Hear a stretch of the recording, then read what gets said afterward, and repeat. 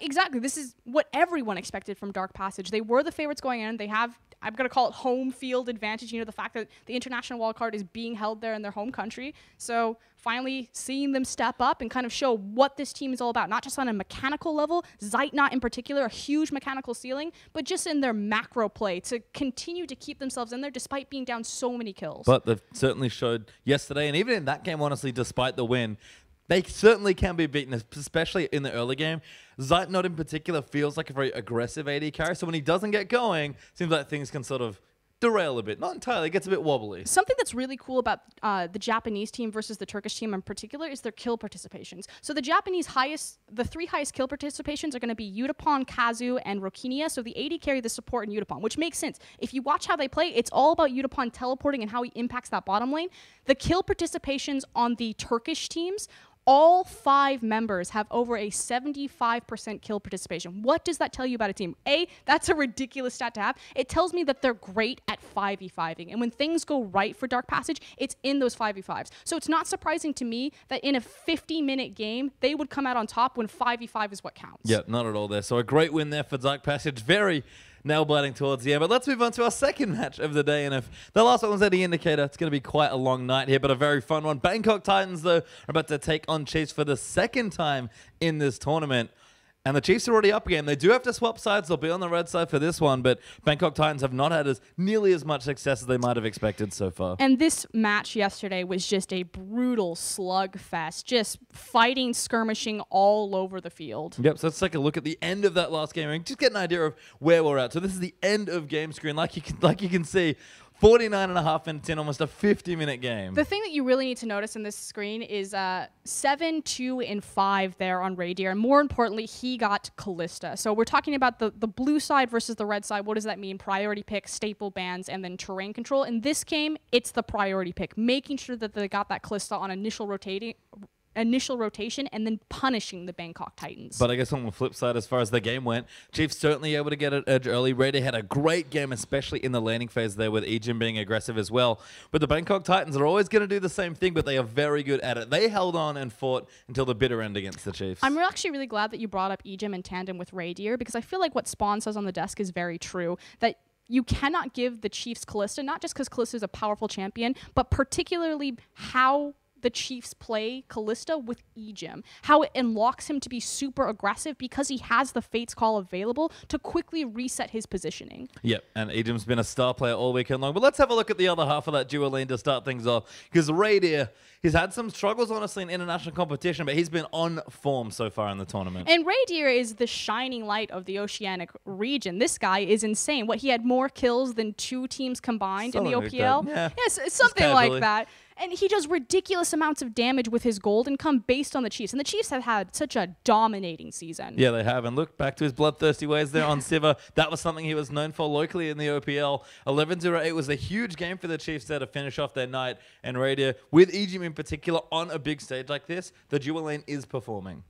And that's the thing. They need to continue to perform. So the Chiefs yesterday had 2 blue side games, 1 red side game. Today it's going to be the reverse matchup, and they need to find the red side win if they want to continue to play on top. Yeah, you have to think they lost unexpectedly to Detonation Focus Me on that red side as well. So they'll be looking to get the win on the blue side now as well. But like we've seen, almost knocking off Dark Passage there for another game in a row, Detonation Focus Me cannot be underestimated. So the Chiefs, they're going to start with Bangkok Titans here in this match. Raider and Ejim certainly look for them to make a big impact. Yeah, and looking across from Raider and Ejim, it's Moss and Lloyd. We've already spoken so much about Moss, his Thresh play in particular. And this is the thing. These are probably the 2 most bloodthirsty supports in the entire tournament right now. They're just disgustingly aggressive. They really are. Potentially expect a contested pick there as well from the Thresh, but let's check in with something a little bit more fun as we continue the evening. Of course, the Oceanic team we're playing, clearly we're broadcasting from the Oceanic office despite the international tournament. We have the Oceanic hype train to check in on. Let's see how we're doing today. Kick you into it. We're on the rails. It's still there. Might look a little wobbly. Still good. It's still good. Making sure it hangs out there and keeps chugging along. But don't forget, we'll check in as the night goes through. That can change very quickly. I have to curb this aggression, this enthusiasm.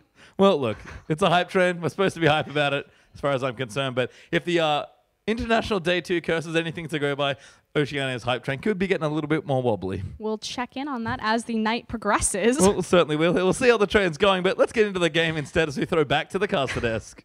Thank you very much, Pastry Time. It's fantastic to see that the hype train is well and truly still on the rails. Does make a bit of sense considering the fact that they haven't even played yet today, but I'm glad we start with a train that's on the tracks. I can't believe we started a day 2 with a train on the rails. What the heck is this? We're Oceania. We'll have to see whether we're able to make it work as the day continues. Yeah, that's exactly right. Of course, getting into the first Oceanic game, second game of the day here for day 2 of the IWC. I'm very excited to see whether the Bangkok Titans are going to continue the blue side win rate. Of course, 100% still. Actually, no. No, actually, red side because won. Detonation Focus Me didn't actually win that game, although it looked like they were most likely going to. I'd already prepared this sort of segment earlier on. I was like, yeah, we're going to talk about blue side. It's not actually going to be able to take the victory. So, look, finally done it. And we'll see whether the Chiefs can follow suit. Now, the stats still look good for blue side, all things considered. They've had that one defeat now in the last game. So maybe red side's the powerful side today. Maybe the big comebacks is a big feature. But Frosco has mentioned it earlier. The terrain's such a big factor. And you look at these teams that are going to be against each other. Skirmish focus, you would almost say red side's handy. Yeah, it certainly is. And the only way that it wouldn't be is if you have to run through setup. And that's why Victor is such a big blue side pick.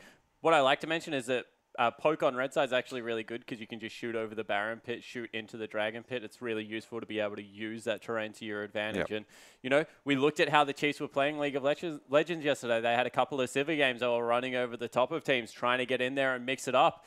We keep mentioning that they've got a great early game, but their team fighting is where we've always thought that they're beautiful. They just win team fights by an edge. Their skirmishes, not so great. We saw that in the bottom lane 3v3. But if they can ever get a 5v5 team fight, it certainly looks like they're able to take it. That's the big contrast between these teams, though, is what we have seen of Bangkok Titans is they like to skirmish. They like to force you to do things. 007, he is consistently in your jungle at every opportunity. And he's the kind of jungler, unlike Crystal from Dark Passage, 007X will fight you in your jungle for everything. Yeah, and that's why Elise is so important for the Chiefs. We saw it in game 0.5, I think we're calling it, where repetitive invade was coming through, and Elise was able to repel it. And in the end, this time around, it was more that Swiffer got control over the mid lane, so there was no one to team up with 007X. G4 really needs to have a big game and try and shut Swiffer down.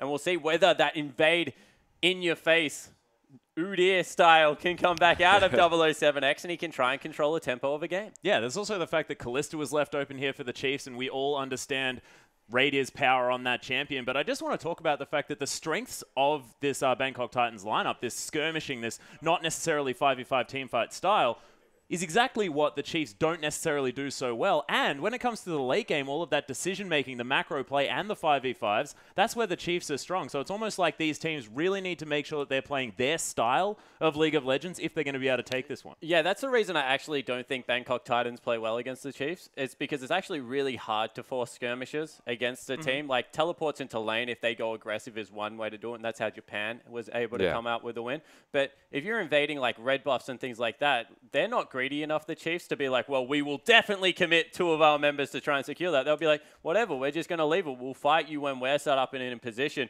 We'll use our superior ward control. Whereas the Bangkok Titans in a fight-heavy region, when people will just fight over those, continually come out ahead. And I think that's why we've seen a little bit more struggling this time around. Because last IWC had the likes of like Hecarim top, Shyvana top, and people were just swacking on with each other. It was a bloodbath. I think the biggest thing as well, though, is the way the Bangkok Titans actually play the map, the way they play the game, forces you to either give things up or fight for it. And the way that it's actually working is, as you mentioned, the Chiefs just want to give it up.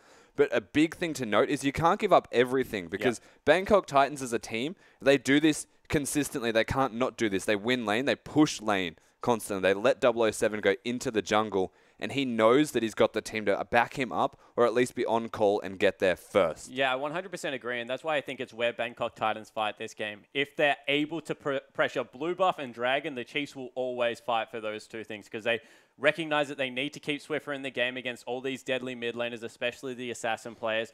And the Chiefs just hate giving up dragons in general. So if they're able to force fights over those 2 major objectives, the Chiefs will eventually come. Well, we'll see whether they can do that, of course. The Bangkok Titans, they picked up the Diana mid for the first time around here as well. G4 really making that one look strong in the split push style that he is known for. And we'll see whether the Chiefs are going to be able to combat that because they managed to. Of course, Dark Passage tried to pull out exactly the same thing, and it was the E-Gym Roam show that really shut that one down. And we'll see whether G4 is still comfortable going back to that champion, which really has been a flavor of the IWC, or whether it's going to be something that they leave on the bench just for now. I think it's a stylistic difference, though, between the two teams. You look at the fact that Dark Passage picked Diana, and the team's actually, the core shot caller is going to be on that Diana, and he was split pushing because they would focus him, whereas G4, he can do whatever he likes. Yeah, that's a good He point. can go in that bottom lane. He doesn't have the team to shot call for whilst he's split pushing. He can play his own game, and this is another potential strength of this side, is he plays Assassins constantly. He's got the pocket Varus pick, but Assassins is his forte. The team works with it all the time, whereas when Naru picked that against the Chiefs, it was a bit iffy. Yeah, it certainly was. And, you know, as much as Naru's just shown himself to be a really class mid laner, when it comes to Assassin play, I think it's fairly certain to say that G4 is a lot more comfortable in that situation. You could see the way they were shot calling. We already said that if Dark Passage is going to be successful, they need to be behind their captain. You saw on a control pick like Varus, where he can control the tempo through his wave clear, through his poke. The Dark Passage looked like a much better team late game that time around than they did against the Chiefs when they had the Diana. So got to really compliment them on making that adaptation and see whether G4 stays towards his Assassin, because you can say the opposite. When he was on the Varus, it didn't look so great against the Chiefs. Yeah, not so much. But we can talk about the bottom lane as well. The fact that now it was mentioned just outside in the war room, this Thresh pick, Ejim really going off yesterday, making sure that he's going to be known for that pick as well. But Moss, like, we haven't necessarily seen the massive plays from this guy this tournament just yet, but my goodness, you go back and watch some of this guy's games, he's so good. 1v1ing Radiant wasn't enough for you? Okay, I mean, yeah, like, that was as a support, wading through three people.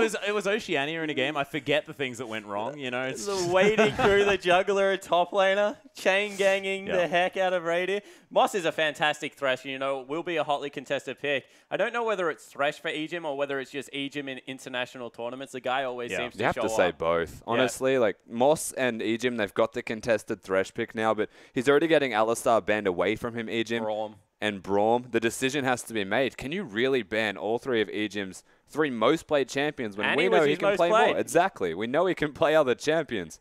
But this is what has stepped up on the international plate here. Ejim's just gone big. So pick one away, maybe ban one. But you don't want to give the Kalista to Raider again. You've got all these other things you have to do. That's what I want to reiterate. The fact that for Ejim, Kalista is the biggest pick for the support player of the Chiefs because he loves to play up and in your face, and Kalista supports that so well. Well, it's true, but we are into champion select, ladies and gentlemen. Victor, Braum, and Elise taken away by the Bangkok Titans, and it is going to be Kalista, followed by Rek'Sai and Shen for the Chiefs. And Warlock now going to lock away their first pick here on the side of the Southeast Asians. It is going to be 007X's Gragas being considered, and it is going to be locked in. So Thresh, not first rotated. We said the Bangkok Titans love to do it.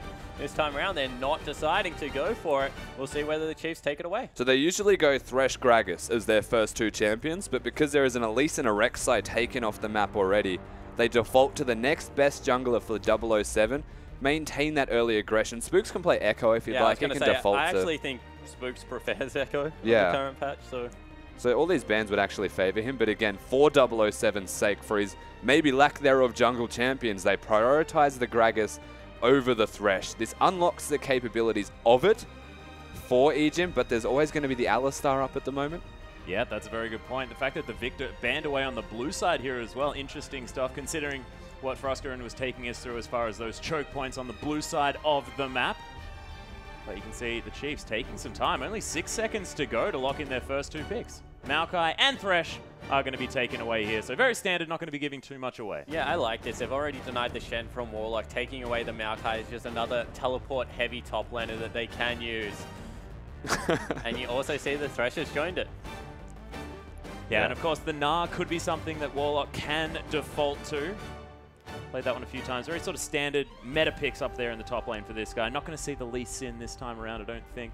I really hope we do.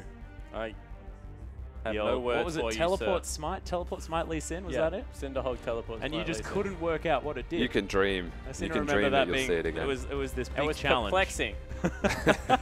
You were curious about it, I believe. Wow. That was an in-joke. I apologize, everyone. But G4, we're going to grab the Ahri. 14 seconds to go. Kog'Maw's going to be locked in, and there's the Ahri as well. They could have grabbed the Lulu. Interesting. I actually like the fact that they took the Kog'Maw because right now you have a look at the Chiefs squad and they have a lot of peel. Lulu Kog on top of that would have been devastating. Very and good they're point. always able to rotate a last pick. And now all of a sudden the Chiefs still have to look at it because Warlock can maybe play it in the top lane. And there's a kind of protect the Kog'Maw on the other side of the map. Yeah, not only that, they got rid of the Ahri from Swiffer, and we were watching him play his first game as Swiffer. It was only, first game as Ahri, it was only Victor beforehand. And when he was on Ahri, he felt like a completely different person. He was unlocked, he was assassinating everyone. So G4 can pick the assassin himself and deny that pick from Swiffer. And there is a mid laner on your screen. You can see throws his head back in anguish. Another new pick. This is horrible. What do I go to? Vladimir Nunu. Vladimir Nunu right here, boys. No, thank you. Twisted Fate. Lee Sin. Well, Echo is going to be considered first up. 1 second to go. The Sivir locked in. And the Chiefs, unless Swiffer has put in the time to learn the mid lane Echo, it is probably going to be Spooks' jungle pick, and we'll save Swiffer till last. 515 as well, so AP Echo not as prevalent as you would otherwise imagine, of course. 516 is the patch where you will actually see more AP Echoes than you will now. Most likely going to be on Spooks. Is the only Echo player of the team as well. That's a very good point. And I think the fact Swiffer that takes Swiffer about doesn't 3 years to learn a new Yeah. champion. So the fact that Echo was out this year, not in the Chiefs' No, it was favour. only like 12 months to learn Azir. He really stepped up And it on was that only front. after the IWC where we realised it was really good. Well, in fact, it's still left up. Could play that one here, considering that's the true. fact that they'll have massive amounts of wave clear. Of course, Azir Sivir. Fantastic wave clear duo. As there's Brad being hovered here by Moss. So this team comp, if they do lock this one in, is very similar to something they have done earlier in this tournament. And it didn't really work out for them all too well because the execution has to be doubled up really perfect to make sure that an engage worked at all. So going for the Alistar opposed to the Bard is actually the best scenario for them. Yeah, but you feel in a 2v2 situation right now, unless they get the lane pushing early, Sivir, Thresh. Yeah. If there's a bully lane, especially under turret that I've seen, that is going to be one of them. And we'll see what the mid laner out of the Chiefs wants to take as a last pick. But of course that says lane swaps from Bangkok Titans already, and we'll see if the Chiefs can deal with that accordingly, maybe look for the standard lanes. Do you But want with to let Ejim roam around the map? Are you going to give him yeah, a lane well, swap? I invite you to try. Yeah. Given that the last picks remaining here, though, for Swiffer, he knows he's against the Ahri. They don't have a lot of peel, but they're looking more so to just dive. You could default to an Orianna style of mid laner. So, Swiffer actually plays Diana. This is something He that I'm does. going to bring up. And he also plays Fizz. So this isn't... Ahri's not the only assassin that he's happy to play, and both of them don't have a bad laning phase against Ahri, especially if you go for a second door answering. So we'll see whether he wants to go with something like that, or he goes for an old favorite. Wow, Twisted Fate's going to be locked in. Swiffer even taking the teleport here as well. You kind of have to. It's a horrible laning phase. You know how I said the other two have an okay laning phase? Twisted Fate does not have a good laning phase against Ahri. Hey, but he can stun the target so that Ejim just come along and death sentence him. They have a really good level 2. Yeah. Sure. Level 1's pretty good as well, but the Twisted Fate has been banned away from him in this tournament. The first time we're going to see that from him in the International Wildcard Qualifier. He's a very scary Twisted Fate, but he's also into a losing lane, as you mentioned, and G4's made the adaptation himself. Well, The that's pressure. actually really good for the Twisted Fate. All of a sudden, he doesn't have the Ignite to worry about. So we'll have to see whether G4 still has the damage to be able to get the solo kills that he will be looking for throughout this mid game, or whether Swiffer can just push out his lane, leave, and try and get Radier rolling. Yeah, we'll see whether he can. Of course, I think the adaptation of the teleport switch over there from G4 is interesting because I thought the point of an Ahri in lane is to be punishing, is to be dominating, It's not trying even to that. go in. As the game goes on, wants to be able to split push, wants to be able to have the kill pressure Yeah. throughout the entirety of the game. And the teleport helps your other aspect of split pushing, which is being able to join the team fight on the back end, but doesn't give you that 1v1 potential. Well, we'll see how it works. Of course, Swiffer known for being able to move around the map on his Twisted Fate, make things happen, especially in the top lane. And now that you've got the setup CC of a Maokai, we've spoken about this before, Swiper and Swiffer have been doing this for years. This is the tried and true way to get themselves ahead. Certainly, it's what they'll default to when it comes to team fighting. So you look at the Chiefs team comp right now, this is standard Chiefs. They've got the Echo, which is a uniquely strong champion for Spooks. He's not known for the over-aggressive engages unless he's on a champion like Elise or Lee Sin, but Echo fits that trend actually quite nicely. Yeah, it certainly does. They played it against Dive Passage, I believe, in the final game they played yesterday, and were able to use it to great effect. It's just the zone control it gives the Chiefs another option. Yeah, most certainly is. We are going to have a pause to lead us into the game, ladies and gentlemen. So we're going to be getting onto the Rift as soon as we possibly can. We just need to wait until the sepia mode has been removed. Of course, unfortunate having sepia on your screen. It's better than grayscale, my Yeah, friend. look, it is actually. I Depending like on grayscale. Gives me extra time to shop. Yeah, it sounds like a Game of Thrones reference. Sorry. Wow. Yep. That was deep. Yeah, anyway, a so little let's too get deep. back to the team Apologise. comps. That went so deep. Yeah, so the way that the Chiefs actually use the Twisted Fate is that they will gank its lane fairly often. So Yeah. they'll send Spooks into the lane to try and chunk out the lane and then send Swiffer somewhere else. And what that does, it allows them to push out before they do it because it's actually really scary to push out your lane as Twisted Fate solo so you can disappear. And otherwise you just lose your turret.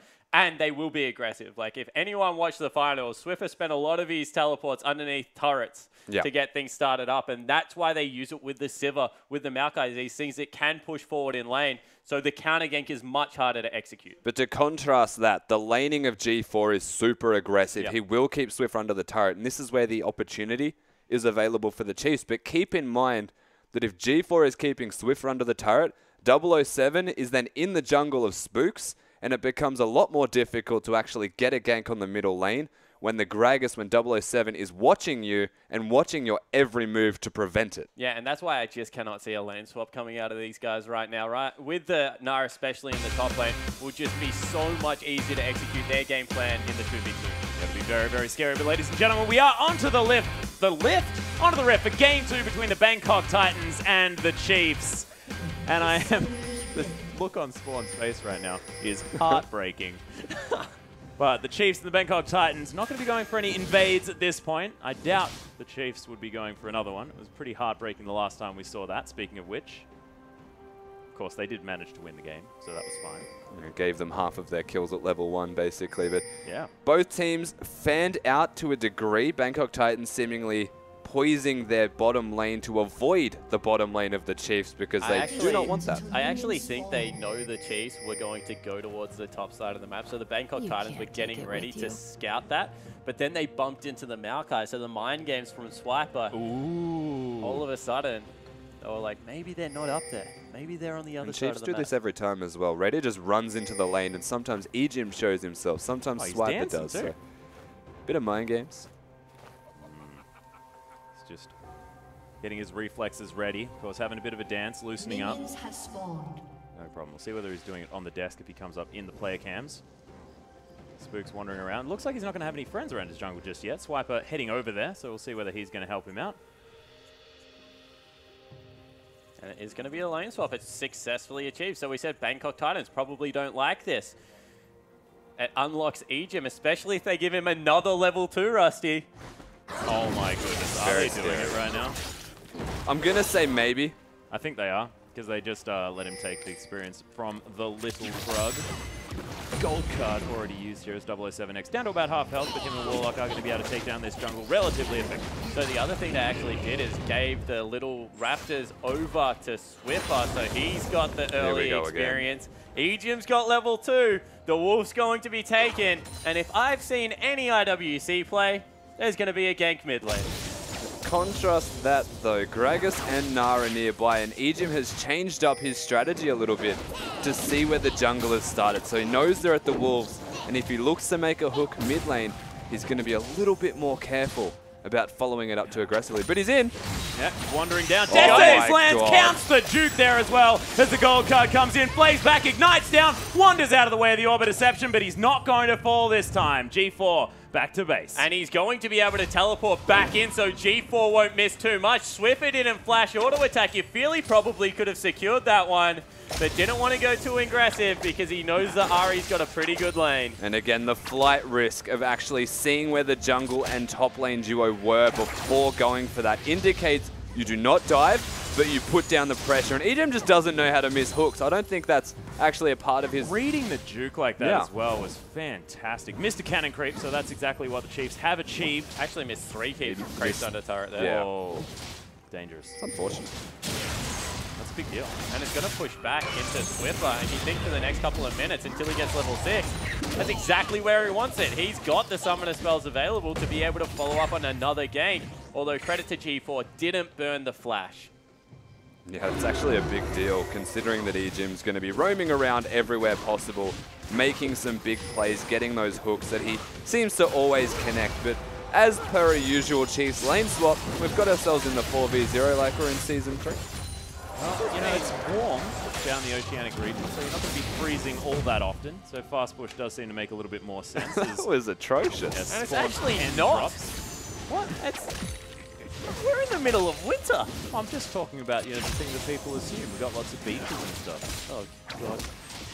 I feel like I'm between an arguing couple. That's what this feels like. How it works a Yeah, lot of the you time. are. I'm like the marriage counselor right now.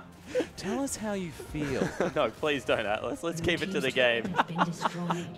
Well, 10CS lead for Swiffer here Another in the gank in the mid lane. Yeah, everyone parallel convergence is down. There's the flash. Spooks takes a cheeky auto attack. Phase dive going to get him to the minion wave.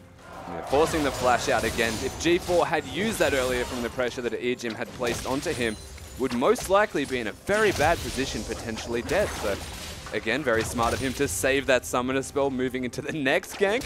But that usually indicates a third one coming up shortly. And once again, Bangkok Titans didn't get the bottom lane turret. This is what happened in game point 5, where they bounced the wave and then tried to 2v2. And in the end, they actually successfully zoned Radier off a lot of creep. So we'll have to see if that is once again successful this time around. Radier going to discover the fact that there is no support hanging out in that brush. Lloyd going to be moving away here. Do you not like game He was 5? looking for the jungler, to be honest with you. They saw I out think the it's star fine. on I think it's top. fine. I don't think I have any right to judge at this point. You two. So I'm making a point here. Sorry, Rusty, continue. Okay, he was actually looking for 007 because he was the one without vision. They saw Moss in that top lane from the ward Swiper placed. So he was being very careful and with good reason, not just throwing out blind boomerangs. Glad someone still has their mind on the game. Ejim waiting for another hook here in the mid lane as Swiffer continuing to push out. Ejim's been mid. This is the third time now. Continuing to try and pressure G4.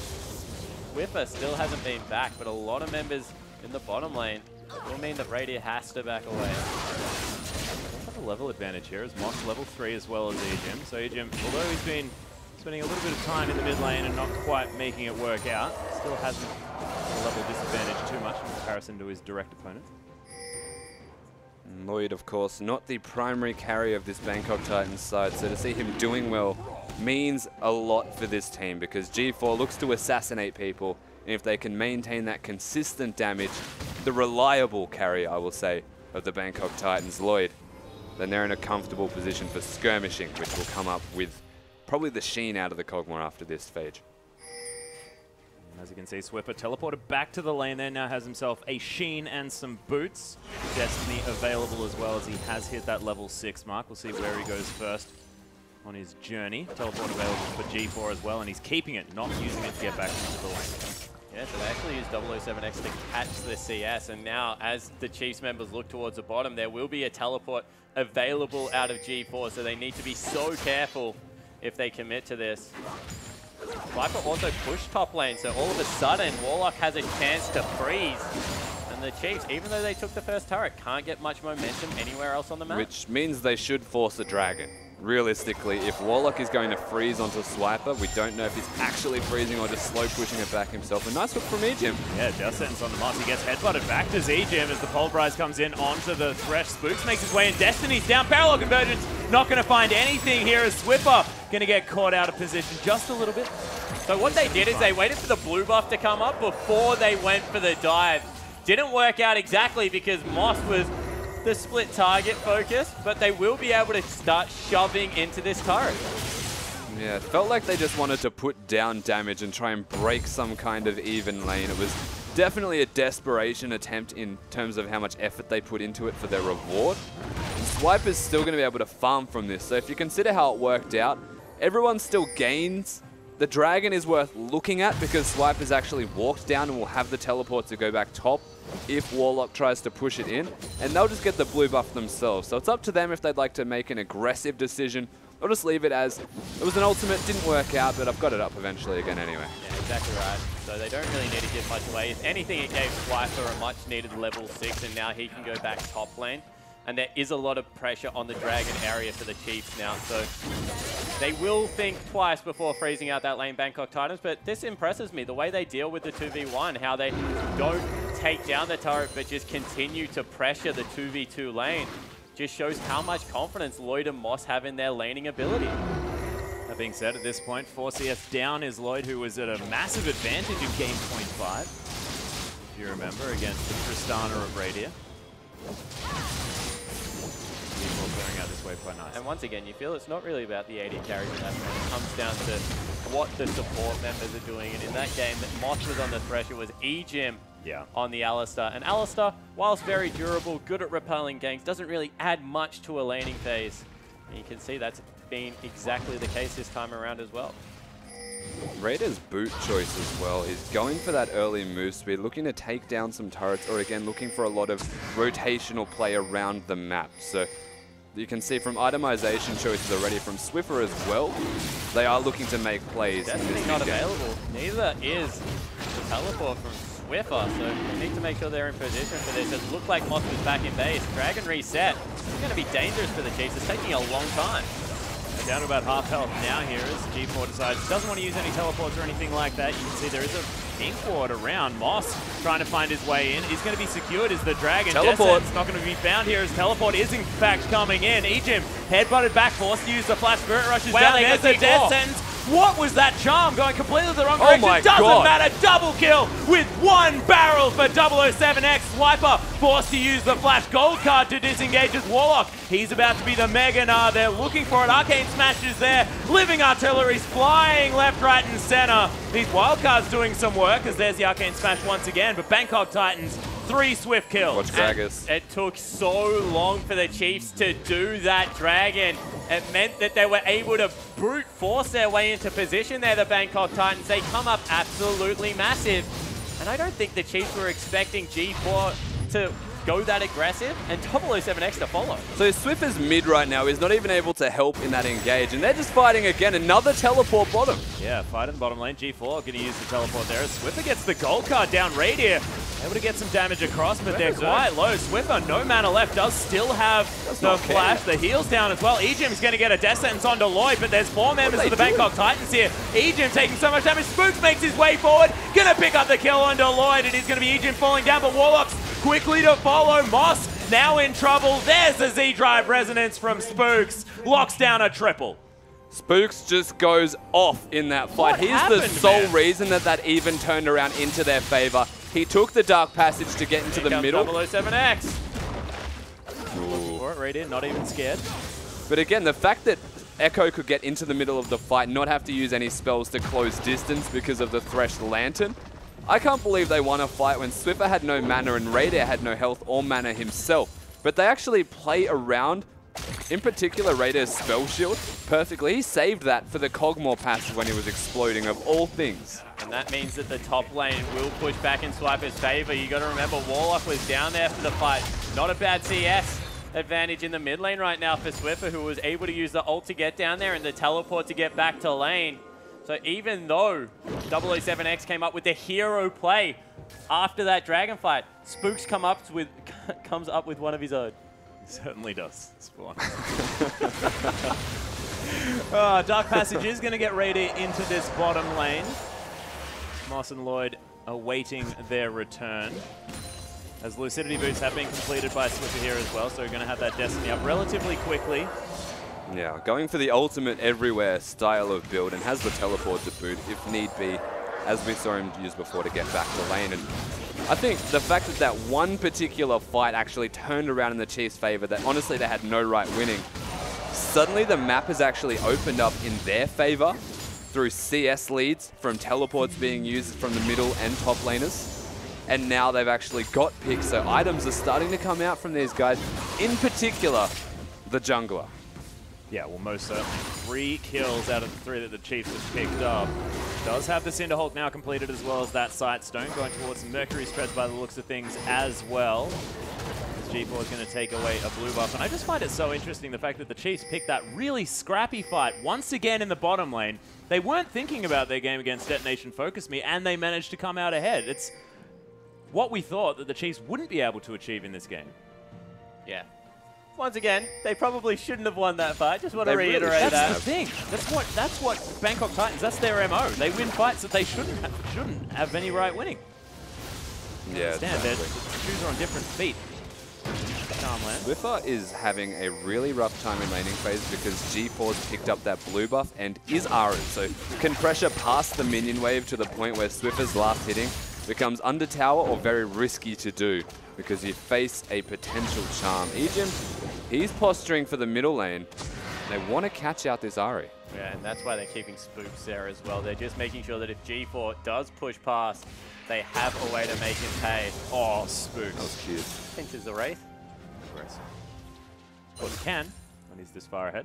Radiant with the BF sword doing what Sivir does best and making sure that Kog'Maw is just laning against a minion wave, not against a person at all. And he's going for a very aggressive itemization build because he's looking to fight maybe not for the next dragon or not when he hits his real power point, but afterwards, shortly afterwards, when he gets the Infinity Edge before he goes, not the Avarice Blade style of build that a lot of Sivers actually tend towards. So looking to team fight, looking to be as strong as possible for his team pretty much now. Well, he's going to go grab that Lich Bane. 128 to 130 CS, so G4 able to pull out ahead. Caustic Spittle not going to find Radia there as Ejim back into this lane. With the Moby Boost as well, so he can move around this map very quickly. Recharge the Sidestone on his fastback. Keeping in mind when a Twisted Fate is even, much like the Gangplank we saw in the Very good last point. game, Stack he's him in actually there. ahead. Yeah. So I want to see where the Chiefs go next. They got the first dragon. Does that mean they can sack the next one, go towards the top lane? We know what Bangkok Titans are going to do. They've got the Fade Sheen. That's such a power point right now for Lloyd. Even a finished Black Cleaver in the top lane just means that he's a little bit scarier because he will be doing some physical damage. And the Twisted Fate can really pick the part of the map that he wants to try and open up. And right now, Bangkok Titans are very resilient in their defense. And I want to point out as well the fact that while this has all been going on, Swiper has built himself a 25 CS advantage here on the Maokai. Hasn't been back for quite some time, has himself 800 gold in his back pocket, and the Chiefs going to take a free turret in the mid lane. Working around Ahri and recall timing to pick up a very easy turret for them. Again, a lot of focus from the Chiefs has been around this middle lane. It's been around getting Swiffer going so that he can impact everywhere else by being that Twisted Fate, using the ultimate or the teleport to get around the map. And because they've put a lot of pressure down there, oh, nice. Wildcard's not going to find it. That was really aggressive out of Swiffer. Yeah. When you have a body slam next to the target that you're going for, generally not advised to throw that card, but, you know, makes it work. Not pretty comfortable on this Twisted Fate as well. Understands that, you know, Swift on his feet, understands the walking animation. I don't know how that works. It's been banned from him. He's just a very competent Twisted Fate player. Knows his limits very well. Yeah. That should not generally be it when there's a Crackers hanging around and there's an Ahri. But backs are going to be successful here for the Chiefs as Moss is trying to grab some positional advantage, some vision around the map as well. Couple of pink wards to be cleared. But let's take stock. There's a Trinity Force, there's a needlessly large rod, as well as an Amp Tone on the mid laner. Right now, Bangkok Titans, even though down in gold, are absolutely massive and effective items. As Spooks goes in. Yeah, looks for the phase dive on a Moss, but not going to find anything else. Spooks will continue to be aggressive. He can afford to by having that ultimate. And he's so tanky that it doesn't even matter. He won't really take damage. But For the support. whoa! Yeah, Lloyd down to about 300 health here as the box is Teleport down. behind. Yeah, Bangkok Titans looking to find their way in. Warlock without too much of a rage bar. There goes G4 over the top. The teleport's in from Swiper. Raiders caught. He's just all on his own. Lloyd not going to go down to that one. And Swiffer's trying to pick up the kill. Doesn't get it. And both of the carries from the Chiefs are dead. The hero play out of Moss. What an exhaust onto the mid laner out of the Chiefs. They pick up another 2 kills. This is not what the Chiefs need to be going for. Swiper, stay at home. Push top lane turret. Take the mid laner there. As now Spooks might be a bit caught out. Yep, fighting a cow. Dragon is Just going to go no down reason 1 to point. fight for Dragon number 2. They had position around the map. And again, they're behind in items, so you don't fight against the Trinity Force Kog'Maw when you have the makings of an Infinity Edge yourself, not the actual item. Twisted Fate going in has a lot of mobility and utility behind his items, but the raw damage isn't there yet, to the point where the exhaust denies the kill by about 100 HP. And once again, you know, they pick up a scrappy team fight here, Bangkok Titans. They get the bottom lane turret off the back end of it. They get the dragon. All of a sudden, they're in complete control of this game.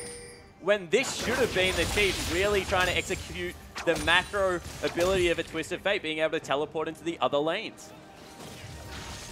Well, has been able to pick up a little bit more farm here, grabs himself a blue buff as well. The Chiefs still ahead in the gold. As Radier looking to try and push down the last remaining outer turret. Ejim, that Dark Passage going to spot Moss. Definitely not going to find the mark. Lloyd is just huge right now. 2-1-3 on this Kog'Maw has reasonably close CS to that of the Sivir, who's got the Infinity Edge now, but did not have that for the last fight. So Lloyd's only going to get stronger from here, working towards that 2-item power spike that Kog'Maw's know and love. G4's got a Luden's Echo as well, so his wave clear is well and truly in place to match that of Swiffer, and should be able to keep that Twisted Fate down, honestly. Yeah, the only thing that's saving Swiffer right now is a longer lane, so he can kind of stack the creeps, clear them all out, make sure that G4 has to do this, walk back to where his turret is. Because there still is the roam potential that can come out of Ejim. You need to be careful here, teleport. Yeah, Moss looking for a pulverize. The play comes down but doesn't find anyone. G4 with the teleport, but not going to get in there. That's a lot of effort for a pink ward, I'm not going to lie. They really wanted that one. We saw Ejim about a minute ago throw down a Dark Passage in the bush and place a ward so that he could kill the pink. Swiffer. Yeah, looking for the Destiny. There it is. Warlock going to get Flash Twisted advanced as well. If he survives this, that's a lot of stuff down for the Chiefs, but they are going to pick it up. Death Sentence as well in the bottom lane here as the plays down. Box is there as well. Moss has to use the ultimate. There's the flash. Headbutts right here underneath the turret, who flashes on top of the Dark Passage. Moss with only a little bit more to go. Swiffer's here as well. Where'd you come? You were in the top lane as Lloyd. He's going to get taken down. Double kill for Radier and the Chiefs. They're all over this map. Just like that. The power of this Twisted Fate, something that needs to be addressed they can here. keep going, by the way. This is not over. Swiper fell in the top lane in the meantime. No teleport available from G4 because he used it to grab a pink ward. And all of a sudden, the Chiefs open up the map. This is how we're used to seeing them play Twisted Fate. Why fight when you can just take turrets? Exactly, and that teleport being down was the big go button for Swiffer because there was no answer available. So they go top lane straight away, uses that ultimate to get to the top lane. Now he has the teleport, which is a cross-map feature of this champion. On top of that, his global presence is, yeah, I'm sure I'm selling it. Radier gets knocked under the turret by Moss, but he can get out to safety very easily. Swiffer then uses his teleport. Red Cards tries to AoE Moss, of course, but the numbers advantage out of this Chiefs side everywhere on the map at the exact same time just gives them this snowball back to above even now. And what you have to point out there is how accelerated Spooks was. He's already on the Locket of the Iron Solari. People. Yeah, going in onto Ejim here, gets hit by the charm. Not going to get the true damage of the Orb of Deception as Spooks finds his way in as well. There's the Destiny. As he gets in on top of G4, moves out of the way of the spells here as Swiffer. He's going very aggressive. The charm lands once again. Warlock's here, and G4 just going to take him down. A little bit overly aggressive. There's the, oh my goodness, the W down for Spooks as he finds his way in onto Warlock. Death Sentence pulls Ejim over the top now. As Meganart gets a double into the wall. Radier on the backside though, going to take down Warlock, and Ejim says, that was calculated, guys. He said that was way too close for comfort. All of a sudden, the collapse from Moss. This may not be over. No, he does back away. Chiefs breathe a big sigh of relief. That was a lot used and not very much gained at all. And speaking of sigh of relief, G4 would have been making one himself. Swiffer with the over-aggressive decision. He waited for G4 to use that last Spirit Rush before he committed to finishing the ultimate over the wall. But by doing so, he also gave G4 a free way to escape, just save the charm until a predictable area. Well, it just finished Zhonya's Hourglass as well, so I could imagine wanted to get in there early, but the charm, the duration was just a little bit too long with the extra damage of Warlock as well. Yeah, I still think he could have used it earlier and just gone on that spot of the wall to zone G4 from going there. Potentially as 007X tries to take down Raptors, not going to be able to here as the face dive over the wall for Spooks. He's going to net him that kill. And that's another example you feel of the Chiefs just getting caught up in what is right now a Bangkok Titans game. When did they look the best? When they beat them around the map? When are they falling down? When the Bangkok Titans are just able to take team fights, skirmish, all the little things that they do so well, like the layering of the CC, managing the Gnar Rage Bar. And if they continue to channel farm onto this Kog'Maw, onto G4's Ahri, it's going to be a very hard game to win late for the Chiefs because they're really ramping up now. Yeah, the late game strength of this Bangkok Titans team, even the teleport choice by the Ahri in the middle lane answers the Twisted Fate and the Maokai alike. So the 1-3-1, Ejim's low. The flash again to safety there was burning down, but does have the extra shield. G4 used the ultimate once again. Swift Swiper in the top lane. Dragon is about to come back up. Mid lane turret probably indefensible from the Kog'Maw, and the Chiefs are going to lose another structure. You feel like this game's going to come down to one big fight. This Dragon could be a point of contention for both of these teams. The Phantom Dancer has been completed. Once again. Like, honestly, they've got the Maokai there for the guaranteed CC. Just send everyone towards the top That's lane. where their vision is as well. Never so they could fight actually them. just work the Baron. Well, there's going to be a ping out onto Radier here, who is in the top side of the map. Second Dragon for both teams is available, but no one looking at it just yet. Yeah, and the Bangkok Titans know, like they would recognize how the Chiefs play League of Legends. The Chiefs don't want to fight. It's not late game yet. Just continue to try and shove Bangkok Titans around the map, and the good response in the end comes out. They 5-man collapse towards their blue buff. They'll fight anywhere. This is the difference. Yeah, Bangkok Titans, they just want the engages, but it also pulls them away from the Dragon by putting all of this added pressure towards the top side. And again, not only is it towards the top side, it's away from Bangkok Titans' vision towards the Chiefs. That's pretty huge out of Swiffer here, who does have his 2 items already completed. 007X taking a bit of damage from the wild cards. The Chiefs trying to get some poke in there. Medium also very low. G4 has the ultimate available. Titans with the vision control around this Dragon area, sweeping out ward after ward as well. And they're pinging out one more time to Mega Nuff. They want to collapse onto him. The Dragon's gone. It's 100% going to go down. The Chiefs are trying to make a trade. And this is what I mentioned earlier. They're playing towards their own vision. They're not going to dive deep needlessly into the Bangkok Titans team. Well, Moss is just going to pulverize for fun as the Chiefs move, as you said, towards that top lane, towards more objectives that they can try and take down. You can see Swiffer trying to cut off the response from the Bangkok Titans, but I have a feeling they'll probably get there. So they're going to take about half of itself. Oh my god, what? The charm goes in. Spirit Rush, of course, is now on cooldown from G4. Look at the bottom lane, however. Spooks needs to be careful, but that's a lot of CS going missing. Oh, nice dodge with the charm there as Spooks. Pretty tanky at the moment. Takes the Dark Passage, but going to get stopped. Like I said, it looked like it was in slow motion after the cast. Big creep wave in the bottom lane is about to run into the turrets. Chiefs are flirting with danger here. But they're just trying to keep the pressure. G4 wants to respond. He has the teleport. Chiefs really want this turret. They should be able to get this turret. They had the pressure of their own teleports. They could have looked towards splitting, but they want to group as 5 members to take this one down. They've got a Lichbane on top of the Twisted Fate, and they've got a Sivir who takes down objectives like they're nothing, but instead, they've shown their strength in sidewave control. Now is the time for them to get items whilst they've still got the lanes pushing.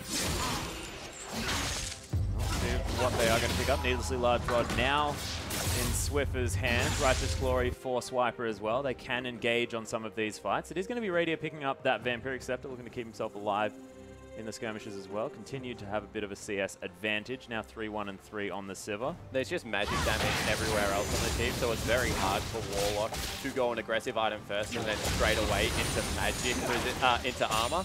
So Radier quite confident the fact that he's going to get a Bloodthirster before he has to go for that last Whisper.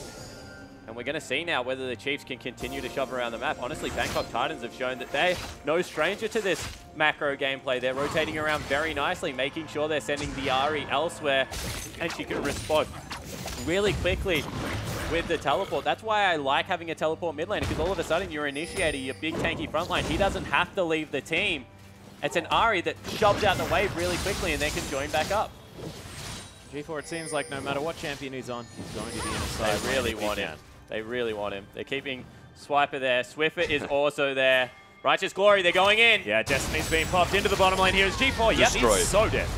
There is no way for him to split push against this Twisted Fate if there is another member available. The assassination out of a Twisted Fate, if there's reliable crowd control to ensure the gold card, if the charm can't disrupt everything, it's just ridiculous. His damage needs to be respected right now from Bangkok Titans. And the way they used to describe it, and I know I'm going to get the names wrong here, it's deliberate, is Twisted Fate is Swiper's favorite mid laner as they go again. Yeah, Warlock looking to build up that rage as well. 007X doesn't get the flash body slam as Swiper trying to trade his life for his mid laner. Oh, it's beautiful to watch.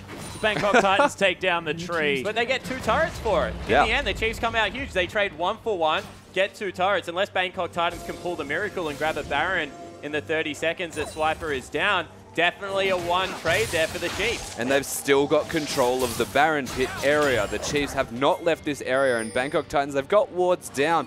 It's not enough to say, we made a pick, go to the Baron. Yeah, and trees are going to fall as well. You know, you can't save every single one of them. But I can try out. You certainly can. Lloyd going to take himself down. Some Raptors here.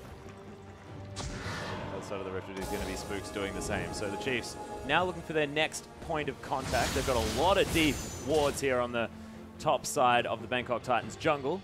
See whether that means anything to do with the battle. Or whether they once again fit to the pick with the double teleporters.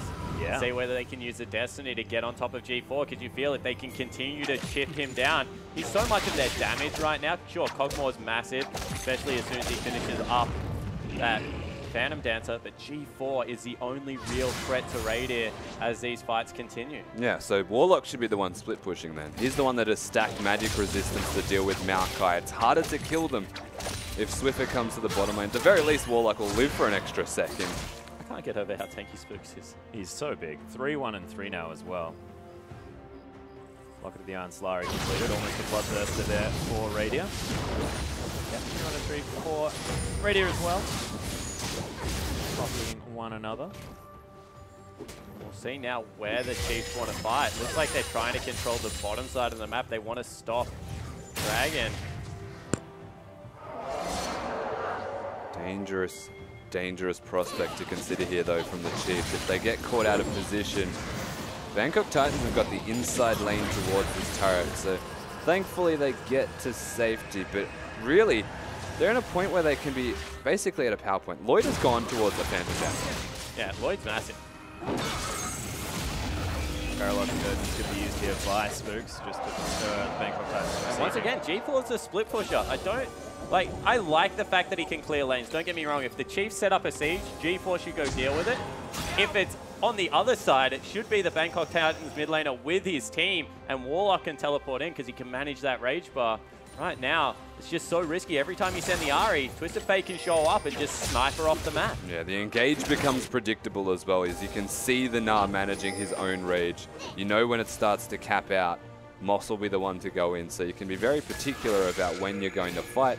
And if there's one thing we can consider from this game now is that Chiefs don't want to fight unless it's on their own terms. Exactly right. They just want to keep taking turrets. It's going to take so long. Yeah. Wow. Showing his dominance is the Alpha Bull. Interesting one. Just likes having They're going to shove out mid lane and see if they can get the top lane turret. You can see Swiper doing the same thing simultaneously. They don't know that he ulted at least. Oh, parallel convergence. There's the death sentence onto G4. Man, is that skill aptly named as the Gnar is onto both of the tanky members of the Chiefs. Back he goes. In there is the Echo as the gold card's down. Lloyd gets exploded on the backline. Swiffer grabs his first kill. Moss wishes he had an ultimate. Just going to rampage his way up the mid lane to stop that creep wave. And the Chiefs think, yeah, we're grabbing Baron. Yeah, Ejim, the only person to fall. They're going for the Baron. This is still risky. 20 seconds on G4 and teleport is available. We'll see whether they can get it done in time. And no summoner spells with the Cogmore, though, when he comes back up and he doesn't have himself a teleport. Moss, he's heading his way back to base. No vision, and this is going to be the Baron for the Chiefs. This should be the Baron, and on the back of a smart play, they worked around a pick off the Echo power with a Thresh hook. They've got a Twisted Fate stun, so they've got a lot of guaranteed pick to make as long as they have vision. There was a pink ward in that brush. That was completely blind. Oh no, the hook was there's a ward in the Raptor camp, so it was very easy to predict timing. It was about a 2-second window. You just aim where there's three members. Let me be impressed. Sorry, I'm justifying things too much. My bad. So let's take another look at it. No ward in the Raptor camp. I can't see one. It was on the other side of the river. So we'll see whether after this impressive display from the Chiefs, the Bangkok Titans can hit back. That was Swiffer on the back line. All of a sudden, Lloyd probably wishing that Phantom Dancer was a QSS because he is quite far ahead. And he needs to make sure that he can put out consistent damage. And that's a frozen heart from Moss. Once again, really have to disagree with that itemization. Swiffer, though. Yeah, he might be taken down here. There's the Zonyas as Spooks finds his way in. He's going to have the phase dive, and Swiffer flashes out of the way of the true damage. Yeah. He's in some trouble as well. Radiant trying to help out his support. In he goes with the death sentence. Cathy and Surprise will probably be able to take down the threat. Swiffer. But Moss might be in trouble. Double teleports coming in here as Swiper going to be able to help out his AD carry. Oh G4 comes around, but my goodness, loses half of his health from the Bloodthirster on this Sivir. And that is honestly the most worth trade that they could have gotten. The fact that Swiffer lived in the 1 versus 1, uses the Zonias on that last Spirit Rush from G4, flashes out of the queue, and gets the safety to teleport back in to help his team one more time. Working wonders for this team because they've got that Baron buff. Top's already been pushing. Swiper's postured for it. They probably get 1 card on the turret here though, because they are back available. They don't even get that. They need to run. Yeah, Bangkok Titans are going to be able to pressure them away from this one. So Baron buff hasn't necessarily been utilized completely here, but it's a 7,000 gold lead for the Chiefs. Still definitely in control. The Dragons might be a place where the Bangkok Titans can still try and claim themselves a win condition, but 007X, he could be in a bunch of trouble. Wildcards coming in. Radiant just crits his face off. G4 off to the backside, does have the Spirit Rush gold card. Not going to find him just yet. So many skill shots following this Fox Lady as Death Sentence doesn't find the mark either. Staying thematically correct is Ejim with how that one went. And there's the Destiny Swiffer actually right on top of Moss, who does have the ultimate this time around. Zonya's back off cooldown as Moss. Oh my god, Swiffer. Have that one run out. Voidoo's not going to find Swiffer. Cathy and Surprise going to explode onto the Twisted Fate as he gets taken down, but Warlock going to be the next focus here as Spooks going to get the speed up, and man, that Gnar does not look like the tank that they need at the moment. And all they need to do is protect the flanks, make sure G4 can't get in, and this should be the base broken for the Chiefs. Whoa, my Ejim goodness. just missing a hook. Nice spell shield there as well. Oh, Explosive Cask actually going to get the minions out of the way here as Swiper's G4 might need to be a bit careful as Swiper trying to do what he can. They break the base. The inhibitor now is going to be the focus. Swiper can't really do too much. G4 is in G4 trouble trying here. really hard. Yeah, G4 actually so much They damage. need to get out of the base. Everyone's respawn. Teleport is available for Warlock. This is dangerous. Yep, heal is actually going to be popped here as there's the headbutt pulverize. Exhaust is down under Radiant, avoids the skill shots from G4 as Radiant trying his very best to try and get on top, but the shutdown comes in for the Ahri. Now, there's no Baron available to be taken, but they're getting some picks and getting some control back on the map. Most of this game has come down to who makes the better pick at the better time, and so far it's been the Chiefs, but Bangkok Titans, they bite back one more time, and they get the pick that they're looking for. This Ahri is playing hyper-aggressive, and with a build like that, it's always a flight risk, but he's skirting around the edges to perfection. Yeah, he certainly is. He played that inhibitor fight so well there, G4. Been loving watching him go up against the mid laners at this IWCQ tournament. But once again, Lloyd just not positioning very well. 007X getting caught out. Their vision control is letting them down. Bangkok Titans, if they ever get a fair team fight, they're still going to win it. But the Chiefs trying to not make it happen. I just don't get why he's gone for a Phantom Dancer. Spawn? So Phantom Dancer is actually technically a higher DPS item if your W is up. Yeah, but he needed a QSS. He did. He's got one now. Yeah, but he didn't. And they lost a lot when he didn't. He certainly did. I question the order as well. I really question the order as well. I'm actually with Rusty on this one, just because Kog'Maw does such high damage through his kit, through the Sheen proc. He doesn't really need all these overloaded items. Sure, he hyperscales off them, but being able to stay safe on that backline would have been much more appropriate. Once again, the Chiefs don't really give a damn that the Dragon's up. They just want to keep pushing into the base. Yeah, keeping in mind Swiffer doesn't even have his teleport right now. It's just the ultimate, so he cannot close this entire distance yet. Might be mind gaming, but the fact that there's no inhibitor means Swiper can.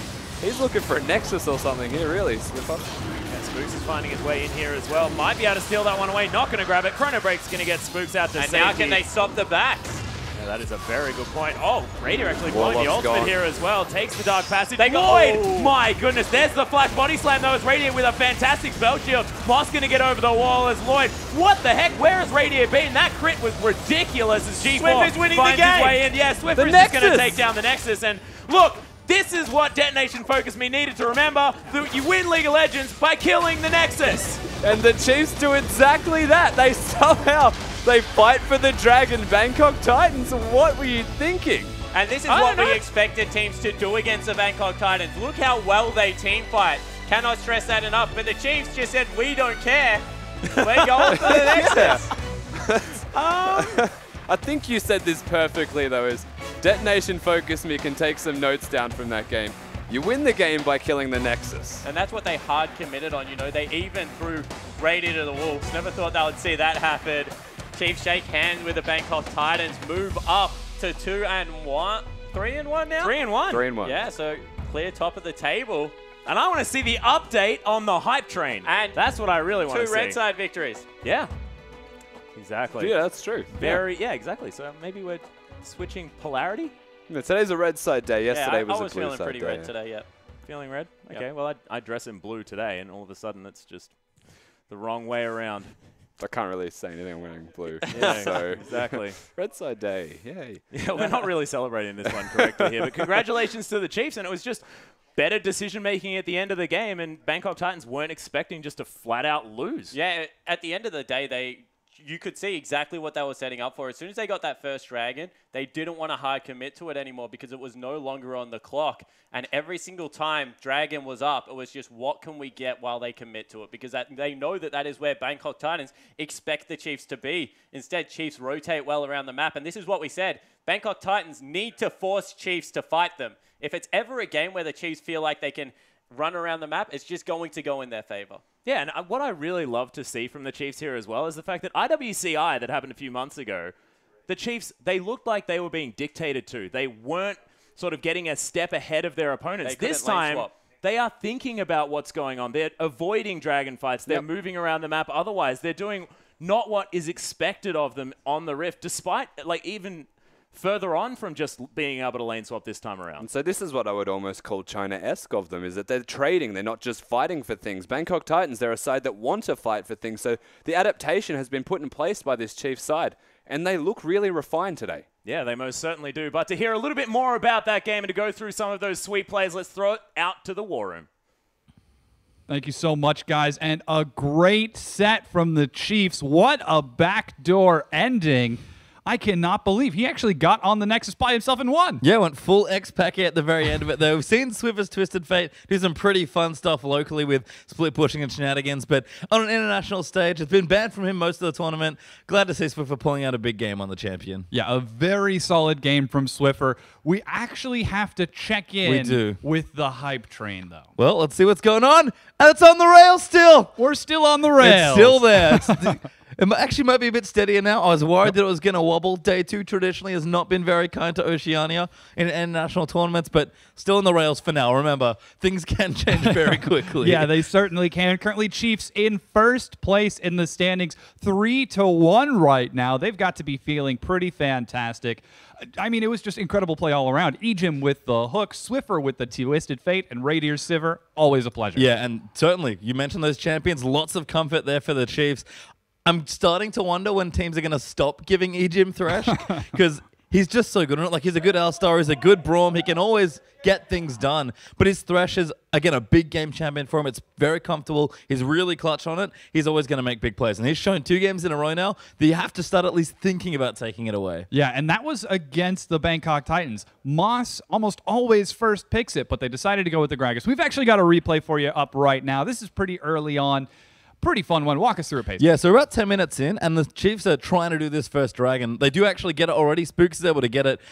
But everything kind of goes wrong from here. So we'll roll this clip out and see what the Chiefs don't do here. So Radier pops his ulti. He knows he's trying to get away from Moss, but Moss is just trying to tie people down. Warlock comes in. G4 gets hooked up. They'll get the damage down, but they don't have enough. And a great flash from 007X gets him first blood and the double kill off the cast damage. And you can see Swiffer is coming in, but he's got to run. He's going to stun them away. They'll keep charging in. Warlock's going to get towards Meganar. They're going to run down Swiper, who's now the next target. They'll find him with a body slam, lock him down, and then Swiffer, who has to keep running, thinks about going back in. I have to think to try and get a couple kills, but the Chiefs honestly just got the dragon and couldn't get out. That was a big miscommunication from them. Yeah, some definite miscommunication from the Chiefs, and you have to wonder what they were thinking when that was all said and done. You know, we were fighting over the dragon, we got the dragon, but now we've overstayed our welcome.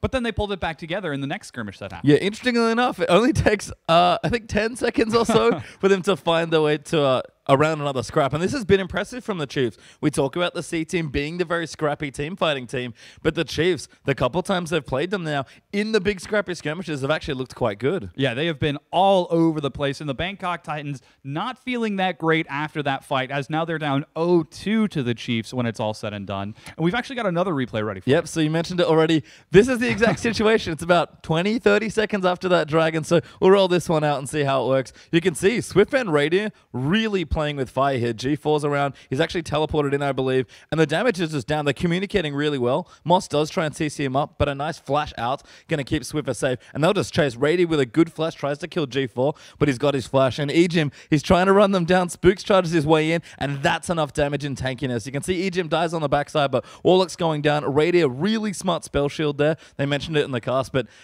spell shielding Cogmore passive is always fun, and just very well communicated by the Chiefs. Again, a team that play well together. They know how to collapse, and that was a very tough moment, but they navigated it really well. Yeah, it certainly was. This time it was the Bangkok Titans who miscommunicated. Do we go for the Thresh? Do we go for the Sivir? Heck, even the Twisted Fate. They couldn't make up their mind, and it cost them their lives. And I feel for me, that was something about G4's Ari in that game that was interesting to watch, because G4's an awesome player, arguably one of the best mid laners at this tournament. He's so much fun to watch. And I did like the teleport because it helped in the later stages to try and pick some people off. But I feel like that fight specifically, his target selection could have been a little bit better. Yeah, it certainly could have. We've actually got another replay ready for you guys. It's a little bit later into the game at this point, but this is Swiffer. Yeah, this is Swiffer.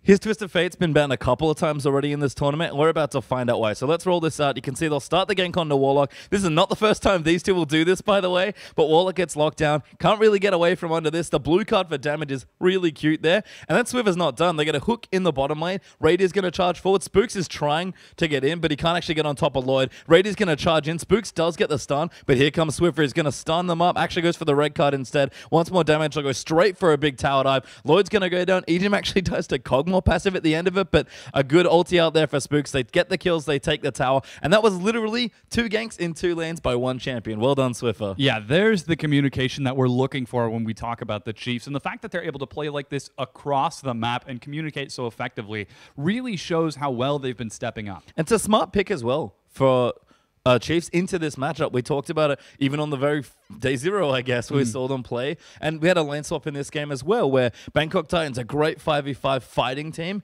but in a macro level game, you can maybe pull them around the map and try and leverage that. And they did that a lot with the Twisted Fate. We've actually got another replay ready for you. This is a little bit later into the game, and this is sick. I just want to point out, that's the ward. Yep, so that's the ward. They can see basically Moss's horn up here, I think, and they probably saw G4 and Warlock walk out, but as far as the rest of the Chiefs know, they can't actually see anything else, so we'll roll this one as well, and he gets the perfect target. Good W there to set things up. A little bit of vision, but not in time, and Rady just deletes G4. Warlock tries to ult them back. Moss dives in as well, trying to save them, but Spook ulties back towards the front lines, and now Swiffer feels safe enough to dive in with the rest of his team pulling forward there as well. Warlock's forced to flash out. Moss is flashing out as well. There's a fight happening there with the Gragas on the back lines, but that was the pick the Chiefs needed. They were struggling to really find an opening in this game, and that was the one they needed. Yeah, an amazing hook from Ejim. Once again, this guy has got homing missiles for his death sentences. It's really a tricky situation, and it's so difficult to deal with it. How do you shut down that Thresh? I mean, ban it is maybe pick it away. Pick it away. They had the option certainly for Moss to take it. We know he's a big Thresh player. I did see Ejim miss 1 hook this game, so not quite hitting it 100%, but might as well be. We've actually got one final one ready for you folks.